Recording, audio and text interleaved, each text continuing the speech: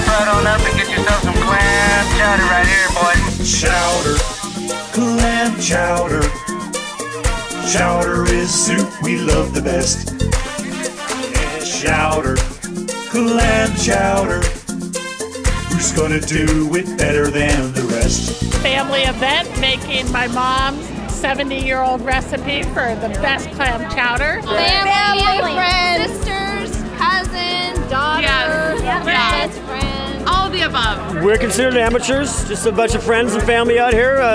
And last year we were the #1 chowder team. We are a diner, a very classic American diner. This is our 3rd year entering here, and we had some customers say, you've got to enter this. Red Manhattan chowder, but we put a Portuguese twist on it. Make it with that rock and roll attitude's what it is, you know.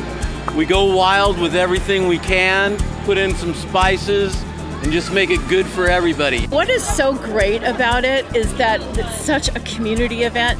Families come out here, tourists come out here, young couples come out here. It's so much fun.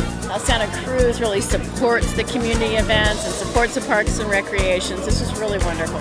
I love clam chowder, so I was really excited to be here and just try the different flavors. We're loving it. Fantastic. Yeah. It's really good. That's what makes it fun, because there's all kinds of different chowders. Really creamy, good bacony ones. I've been saving it for the whiskey-infused chowder over there. This one's more like home style because it's watery. Red and the white. It's not too thick and it's not too thin. It's really flavorful. Creamy and just clammy and awesome.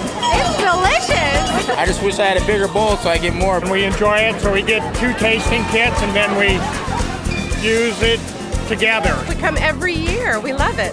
Everybody should come down and try this.